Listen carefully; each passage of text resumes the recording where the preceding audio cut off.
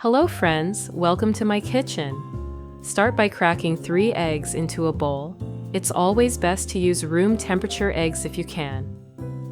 Now, add 1 teaspoon of salt. Immediately grab your mixer and beat everything together until it's nice and smooth. This is where the magic begins. You'll start to see the mixture come together, smooth and creamy. Now, slowly add 3/4 cup or 150 grams of sugar. Add it gradually while mixing, as this helps the sugar dissolve completely and ensures a smooth, silky texture in the batter. If you haven't subscribed yet, I'd be so happy for you to join our little community. Your support truly means the world to me. Keep mixing for another couple of minutes, and you'll notice how the batter gets even creamier. This is exactly what we want. It will make the cake light and fluffy when it bakes. Now, pour 3 fluid ounces or 90 milliliters of milk, then 4 fluid ounces or 120 milliliters of vegetable oil. Mix it in well with a whisk to make sure everything is fully incorporated. Next, take 1/4 cup or 35 grams of flour. Add 1 teaspoon of baking powder and 1 teaspoon of vanilla. Mix everything well to combine.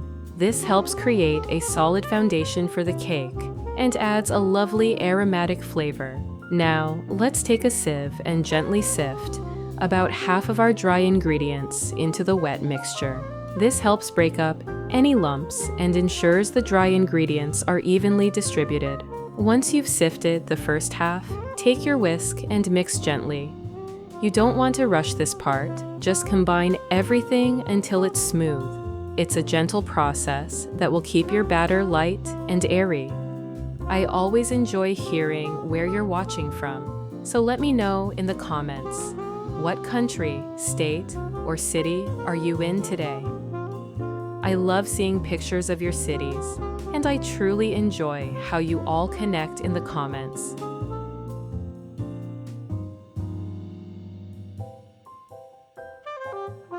Now, grab your whisk again and mix everything together well, making sure there are no lumps. Don't worry if it's a little thick. It's supposed to be like that. The whisk is doing its magic here, helping to blend it all together without overworking the batter. This part really sets up that perfect consistency we want for the cake.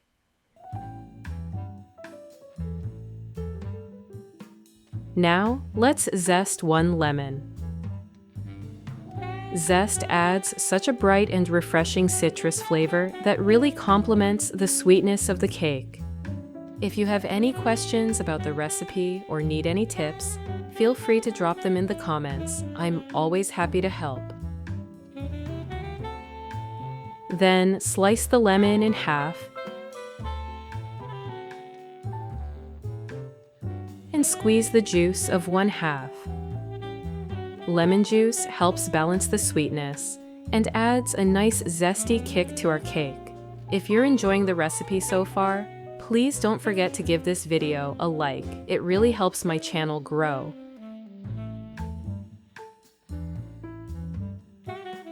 Add it to the mixture. Mix everything together until smooth.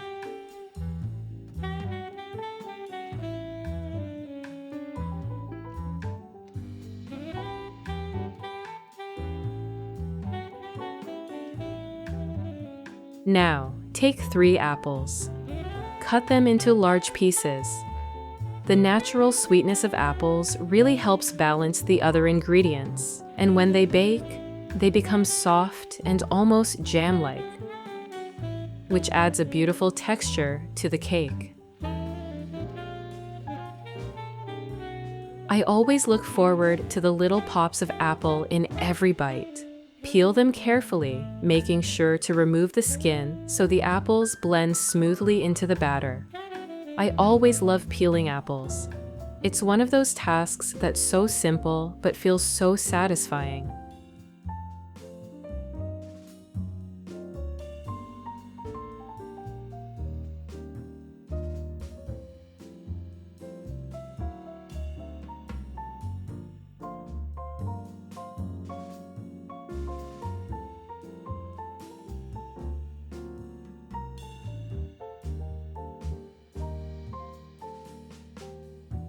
After peeling, chop them into small cubes.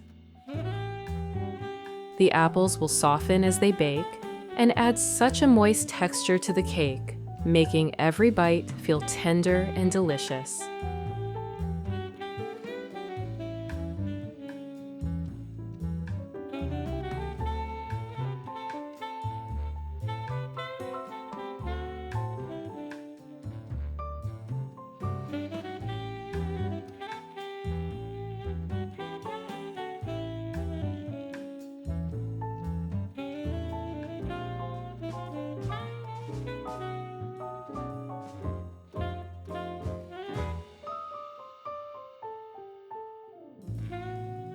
Add the lemon zest to a bowl, then add the chopped apples.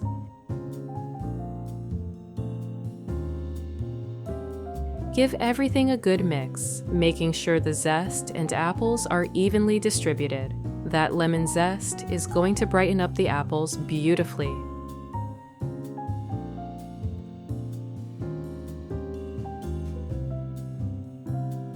Next, take a baking dish. Grease it with butter. This will ensure your cake doesn't stick to the dish when it's done baking.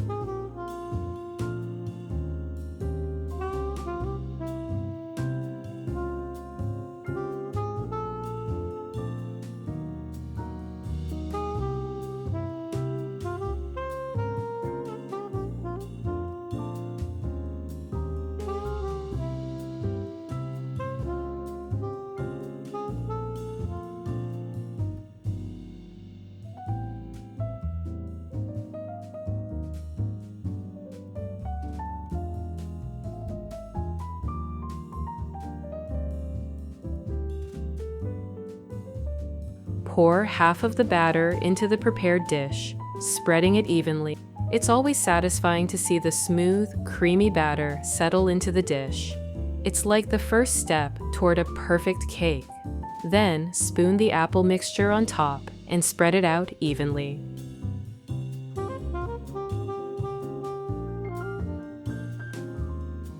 The apples will add such a lovely texture and sweetness as they bake. You'll notice how the mixture starts to settle nicely on the batter, creating a wonderful contrast of colors.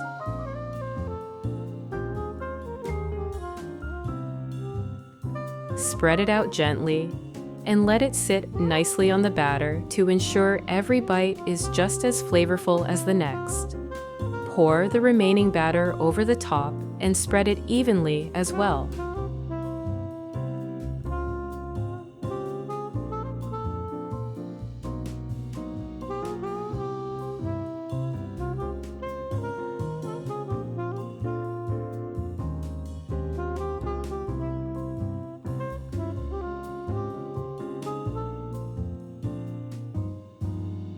Now, let's bake the cake at 350 degrees Fahrenheit or 180 degrees Celsius for 30 minutes.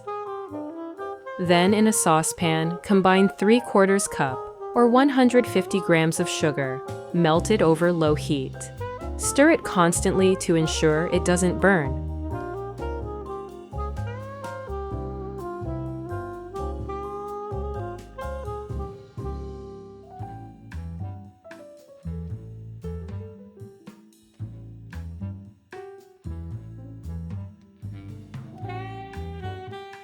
Once the sugar is melted, add 4 ounces or 120 milliliters of cream. Stir everything together. The cream should be 33% fat.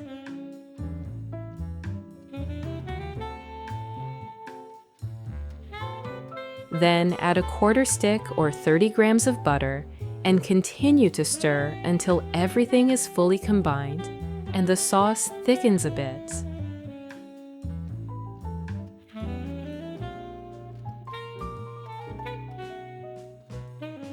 Once the sauce is ready, strain it through a sieve to remove any impurities.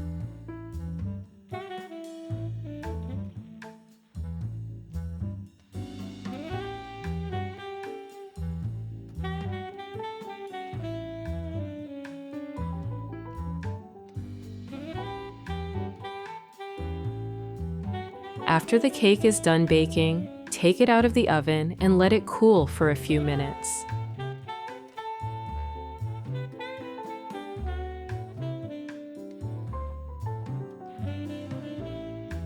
Once it's slightly cooled, use a spoon to drizzle the caramel sauce over the top of the cake.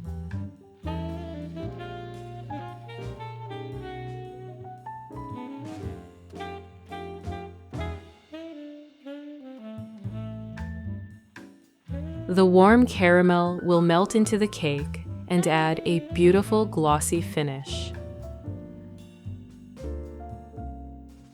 Now, slice yourself a piece of this delicious moist cake. It's soft, with a touch of lemon and a burst of sweet apples, and the caramel sauce adds the perfect finishing touch. I hope this cake brings warmth and joy to your home, just like it does to mine. Thank you so much for cooking with me today. I really hope you enjoyed this recipe.